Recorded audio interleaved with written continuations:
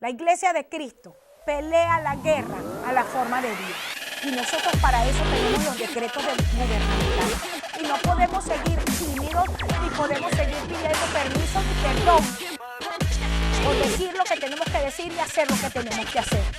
Mayor es el que está conmigo que el que está en contra de mí. Así lo decía David: Señor, consume a tus enemigos. Nosotros necesitamos hacer las declaraciones correctas, dar el testimonio de Dios, declarar que somos más que vencedores. Porque llegó el momento, ya llegamos al punto máximo donde la iglesia de Cristo tiene que decretar lo que el maestro. Nosotros caminamos con una conciencia limpia, con una declaración limpia, creyendo lo que dice el Señor, diciendo lo que dice el Señor y caminando en lo que dice el Señor. Es importante que nosotros vivamos y subamos a un nuevo nivel de gloria. Hola, yo soy la pastora Corey Gómez de la Iglesia Avance Global. Quiero darte las gracias nuevamente por estar conmigo en tu programa, Caminando con Dios. Es una experiencia y una jornada en el Señor donde queremos buscar de su presencia, conocer su palabra, adentrarnos en la profundidad de su palabra para que podamos sobre todas las cosas conocerlo a Él por quién es Él. Y quiero también agradecerte la oportunidad que me das de poder no solamente compartir esta palabra, sino también orar por ustedes durante el tiempo de programación. Ya sabes, tenemos nuestra línea de oración abierta. Ahí estás, ahí está nuestro número 713-408-3068. Llámanos y siempre hay alguien que te va a atender y va a orar por ti. Quiero bendecirte en este día de una manera especial y bueno, hemos estado tratando un tema bien interesante. Hoy creo que ya terminamos, es la última parte del tema. Tiene que ver con la gloria postrera.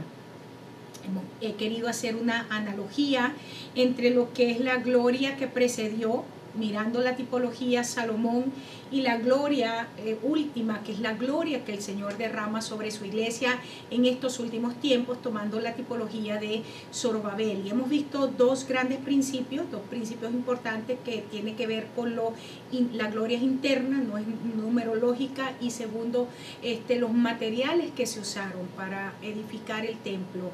De la gloria postrera no tiene nada que ver con los materiales del primer templo o de la primera gloria.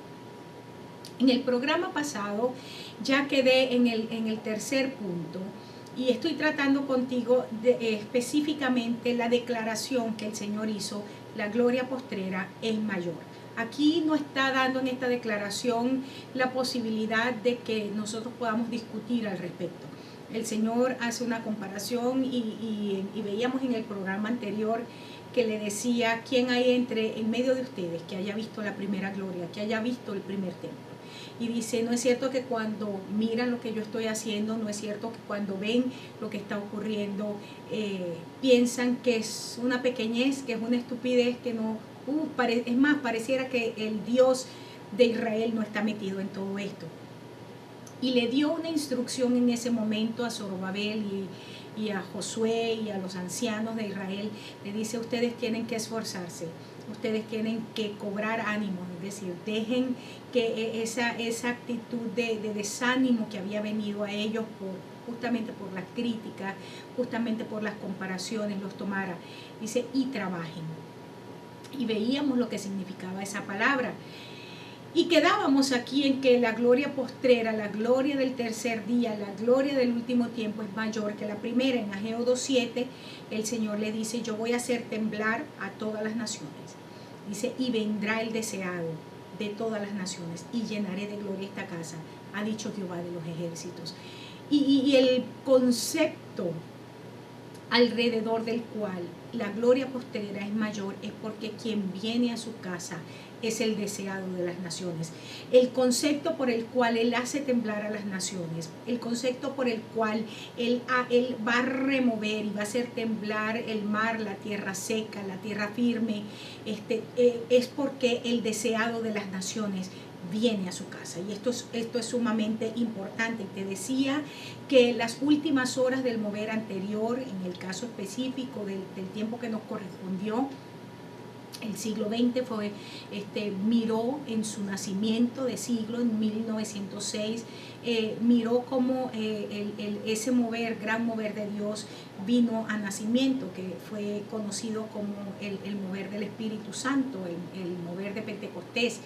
Y te decía que realmente Dios se movió de una manera gloriosa, pero fue el día de ayer. Dios tiene cosas nuevas para este nuevo tiempo.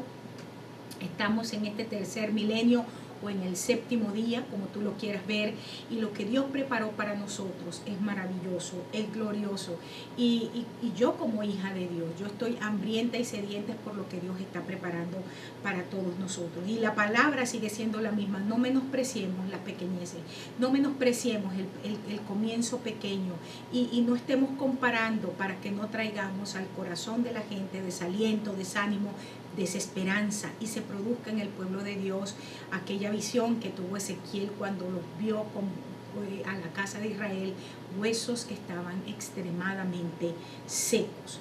Este es un tiempo para ver la gloria de Dios. Y quedábamos entonces en el programa pasado diciendo que los lugares cambiaron. Veíamos un pasaje en el libro de Isaías donde decía el Señor que Él nuevamente iba a abrir caminos en el desierto, ríos en la soledad, para que el pueblo bebiera.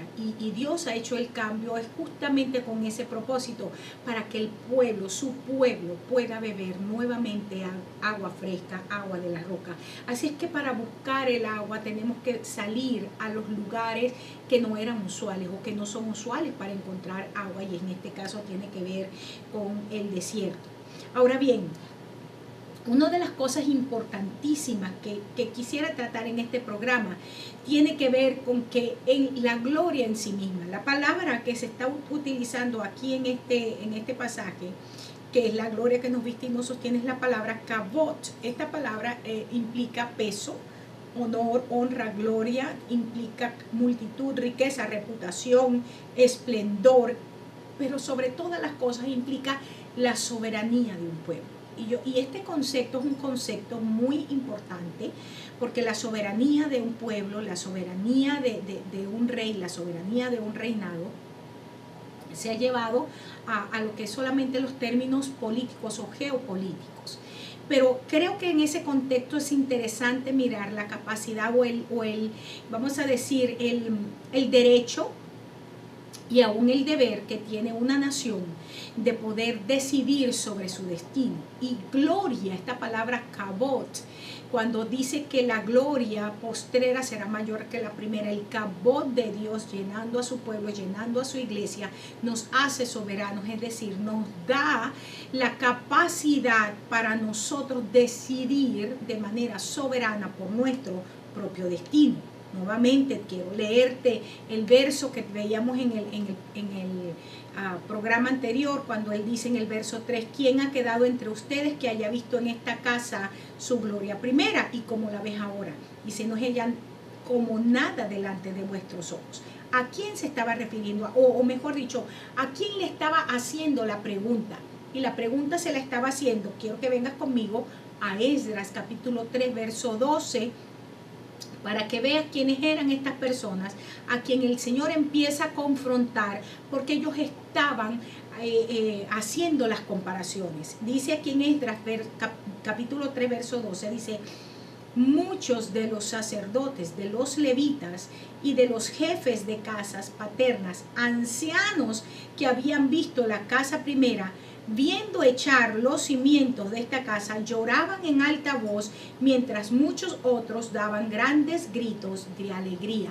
¿A quiénes les estaba hablando? Les estaba hablando al liderazgo, les estaba hablando, se supone, a la gente que estaba allí para traer una palabra de esperanza, una palabra de guianza, una palabra de consuelo. Y ellos, a causa de las comparaciones, trajeron al pueblo desánimo. En Zacarías 3:8, el Señor le dice de esta manera a Josué, le dice, escucha Josué, tú, el sumo sacerdote, y tus amigos. ¿Cuáles amigos? Los sacerdotes, de los que está hablando aquí Esdras, los jefes de las casas paternas, de los que está hablando Esdras, los ancianos que habían visto la primera gloria. Le dice, mira Josué, tú y tus amigos que se sientan delante de ti son varones simbólicos. He aquí yo traigo a mi siervo el renuevo. Es importante que entiendan. Le está diciendo, yo quiero que ustedes entiendan que ustedes se están sentando para traer una palabra que está desanimando al pueblo, están trayendo, porque están haciendo comparaciones diciendo es que ayer, es que así fue, y siempre esto me tiene que llevar a la gente. Hay gente que llega, por ejemplo, a nuestra congregación y aparentemente están contentos, pero a los pocos días empiezan a decir, es que en mi iglesia se hacía así, es que donde yo nací se hacía de esta manera, es que nosotros cantábamos de esta manera, es que los cantos se hacen así, es que la adoración se hace así, o es que la danza se hace así, y entiende algo.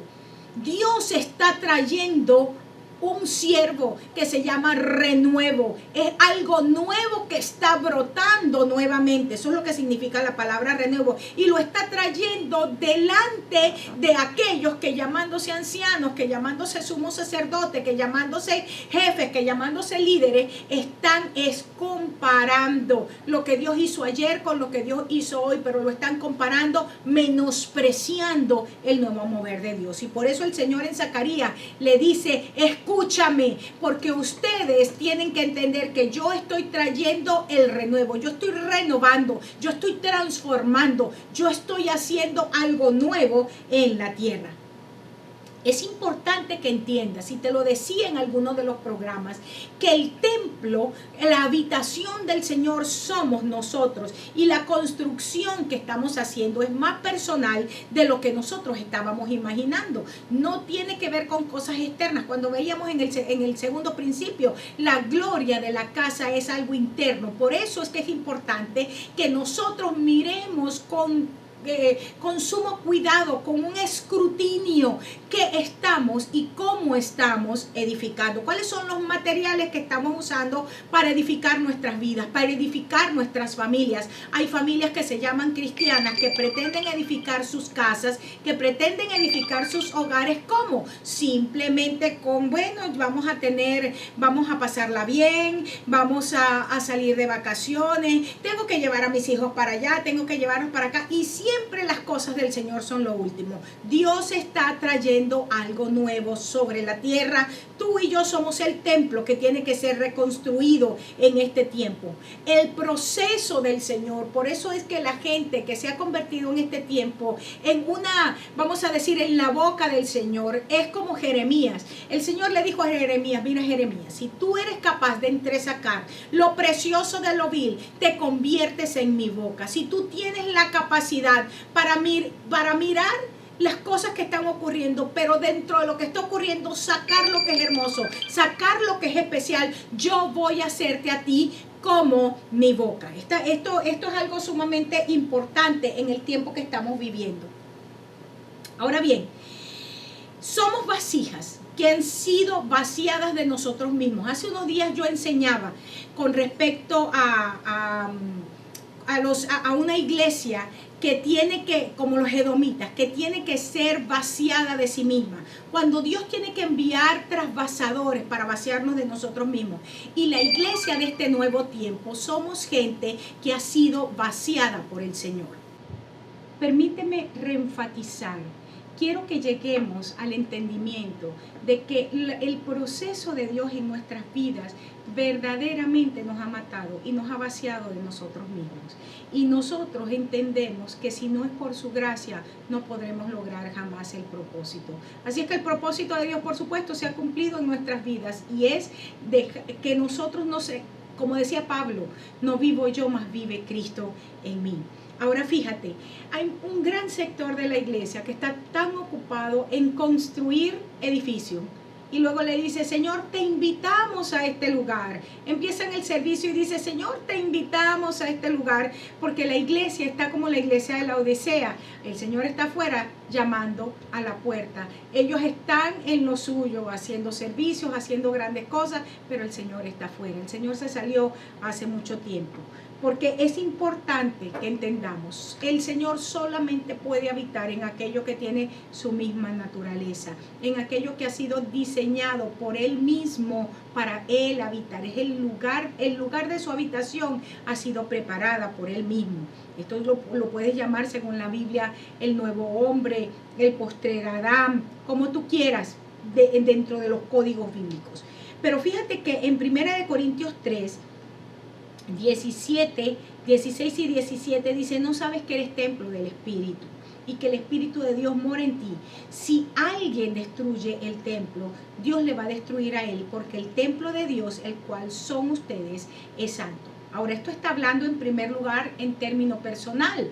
Nosotros somos templo de Dios, pero también está hablando de mi familia. Lo que destruye a mi familia o quien destruye a mi familia, Dios lo va a destruir, porque esa es morada del Espíritu. La congregación, que es una expresión local de la iglesia, es templo de Dios, y lo que destruye esa expresión local de la iglesia, Dios lo va a destruir. ¿Sabes que yo entro en acuerdo con esa palabra? Tenemos demasiada gente que entra a nuestras congregaciones y pretende hacer lo que le da la gana. Y yo hoy envío esta palabra, yo entro en acuerdo con esta palabra. El que destruye el templo, Dios lo destruye a él. Así lo dice la palabra y yo entro en acuerdo con eso. Y es importante que tú y yo entendamos que lo que Dios ha deseado tener siempre, desde el principio, desde que creó a Adán y a Eva y los colocó en el huerto del Edén, es un lugar donde Él pueda morar y tener comunión con el hombre. Dios desea, hermanos, entonces que edifiquemos nuestras vidas de manera legítima. En Ageo capítulo 1, verso 15, fíjate que el Señor, hablándole al pueblo, le dice, tienen que meditar en sus caminos, tienen que meditar en sus corazones. Y el Señor les empieza a decir, mire, ustedes están sembrando, pero no recogen. Ustedes están guardando, pero queda todo como en saco roto. Meditemos profundamente en nuestros caminos. Y dice allí, antes que ponga piedra sobre piedra en el templo de Jehová. Ahora, ¿qué está diciendo el Señor? Antes que ponga piedra sobre piedra en el templo. En el libro de Pedro, en el capítulo 2, verso 4, dice de esta manera, acercándonos a Él, piedra viva, desechada ciertamente por los hombres, mas para Dios escogida y preciosa. Entonces dice, ustedes también como piedras vivas sean edificados como casa espiritual y sacerdocio santo. ¿Para qué? Para ofrecer sacrificios espirituales aceptables a Dios por medio de Jesucristo. Él está diciendo, tienen que meditar en sus caminos antes de que yo ponga piedra sobre piedra, antes que yo los empiece a edificar y los convierta, de acuerdo a Pedro, en un lugar que pueda llevar o presentar sacrificios que sean aceptables por medio de Jesucristo. En Éxodo capítulo 24, verso 12, me llama la atención, porque cuando Moisés él va donde el Señor, le dice el Señor a Moisés, sube al monte y yo te voy a entregar mi ley. Pero ¿dónde se la entregó? En tablas de piedra. Lo que te estoy diciendo cuando estamos hablando de edificar nuestras vidas, y que tiene que ver con algo interno, porque estamos hablando que la gloria postrera sobre esta casa, sobre la casa de mi familia, sobre la casa del lugar de asignación que Dios me ha entregado, que se llame mi congregación, mi trabajo, mi nación, la gloria postrera va a ser mayor, pero la edificación está confiada en mis manos. Tengo que hacerla, por supuesto, en el poder del Espíritu. ¿Y cómo lo voy a hacer? Dios está escribiendo en la tabla de nuestros corazones su palabra. Nosotros estamos siendo edificados como casa espiritual porque somos piedras vivas. Y en Jeremías 31:33, el Señor ya desde ese momento empieza a aclarar el nuevo pacto y dice, este es el pacto que haré con la casa de Israel después de aquellos días, dice Jehová. Daré mi ley en su mente y la escribiré en su corazón, y yo seré a ellos Dios y ellos me serán por pueblo. Nuestras vidas son el lugar de la morada de Dios, pero son el mismo lugar donde Dios está escribiendo sus leyes, donde Dios está escribiendo sus mandamientos. Entonces sigue agregando la palabra en Ageo. Mas desde este día te bendeciré. Viene diciendo, ustedes están haciendo comparaciones, ustedes están mirando que la gloria primera era mejor que la postrera. Mentira. Escucha, Zorobabel, desde este día te voy a bendecir. ¿Por qué? Hermanos, en primer lugar porque Dios es amor. porque Dios es misericordioso y porque Dios es soberano. Y desde este día en adelante está destacando que sus bendiciones, hermanos, está destacando que su amor, que su gracia, que su poder va a traer a nuestras vidas propósito. La bendición de Dios ciertamente no añade tristeza, pero la bendición de Dios no son cosas. La bendición de Dios es una persona. Y desde el principio Jesús lo dijo de esta manera, que su obra era terminar la obra del Padre. Nuestra obra, nuestro destino, nuestro propósito es que la obra del Padre sea establecida, y ha sido siempre la misma. Dios ha querido preparar un lugar donde Él pueda morar con el hombre, donde Él pueda tener comunión con la humanidad, donde Él sea su Dios y donde nosotros seamos su pueblo. La gloria postrera de esta casa será mayor que la primera, y esta es una declaración poderosísima. Ya lo decíamos anteriormente, es una gloria que está hecha de materiales diferentes a la primera gloria. Tenemos que pagar el precio por ella. Tenemos que subir al monte y bajar cada pedazo de madera que nosotros necesitamos para construir. Pareciera que lo que estamos construyendo es delante del otro, wow, es tan poquito, no sirve, como que no vale la pena, como que será que Dios está allí. Pero el Señor nos está diciendo, yo voy a traer mi bendición, voy a hacer temblar las naciones, voy a hacer temblar el mar, yo voy a hacer que la riqueza de las naciones venga a esta casa, y yo voy a llenar esta casa con mi gloria, para que venga el deseado de todas las naciones. Hermanos, el deseado de todas las naciones es nuestro Señor Jesucristo. Es que Él tiene que ser manifiesto por una iglesia madura, una iglesia que se ha sabido preparar para su rey. Es importante que la bendición, te decía anteriormente, representa el propósito de Dios para nuestras vidas. Estamos en el tiempo de mayor prueba sobre las naciones. Y te lo decía hace un momento, nuestras naciones están siendo golpeadas fuertemente por hambre, por escasez, por plagas. Está siendo golpeada por hombres corruptos en los gobiernos. Está siendo golpeada porque el pueblo ha perdido la esperanza en cualquier forma de liderazgo político. Este es el tiempo donde la iglesia del Señor se levanta poderosa, se levanta firme para traer, para manifestar a su Señor, a su Rey. Quiero repetirte 3 cosas entonces importantes que veíamos con la primera gloria, porque quiero terminar con esto. La gloria postrera, que tiene que ver con algo interno y no es externo, pero el hecho de que los materiales son materiales que no tienen nada que ver con la primera gloria. Es levántate, esfuérzate, párate, ponte firme para que puedas hacer lo que te he llamado a hacer. Y la palabra trabaja en medio de un contexto donde no hay en apariencia esperanza. La palabra de Dios es lo único que produce en nuestros corazones esperanza y capacidad para avanzar.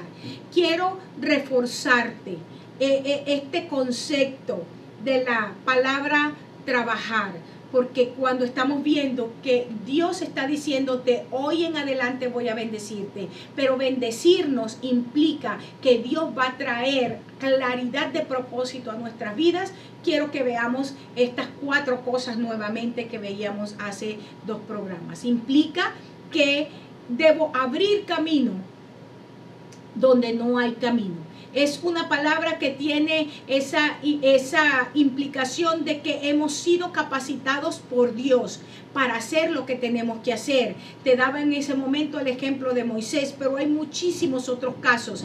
Es que cuando hay que hacer las cosas que Dios nos ha llamado a hacer para la gloria de su nombre. En segundo lugar, implica administrar adecuadamente los recursos que Dios nos ha provisto. Es importantísimo ser responsables, usarlo de manera responsable, lo que Dios nos ha entregado para un tiempo como este. Es importante que tú y yo entendamos que la gloria del Señor manifestada en nuestras vidas en este tiempo también se manifiesta en hombres y mujeres que que son mayordomos, que saben administrar los dones, la gracia del Señor sobre el pueblo. En tercer lugar, tiene una implicación el trabajar que tiene que ver con directamente ligado al propósito. Debemos guerrear con las estrategias divinas para poder poseer los territorios que Dios nos ha dado, y en esos territorios traer el orden y el gobierno de Dios. Y finalmente, hermanos, implica sacrificar mucho de lo que somos para que esos propósitos de Dios sean establecidos.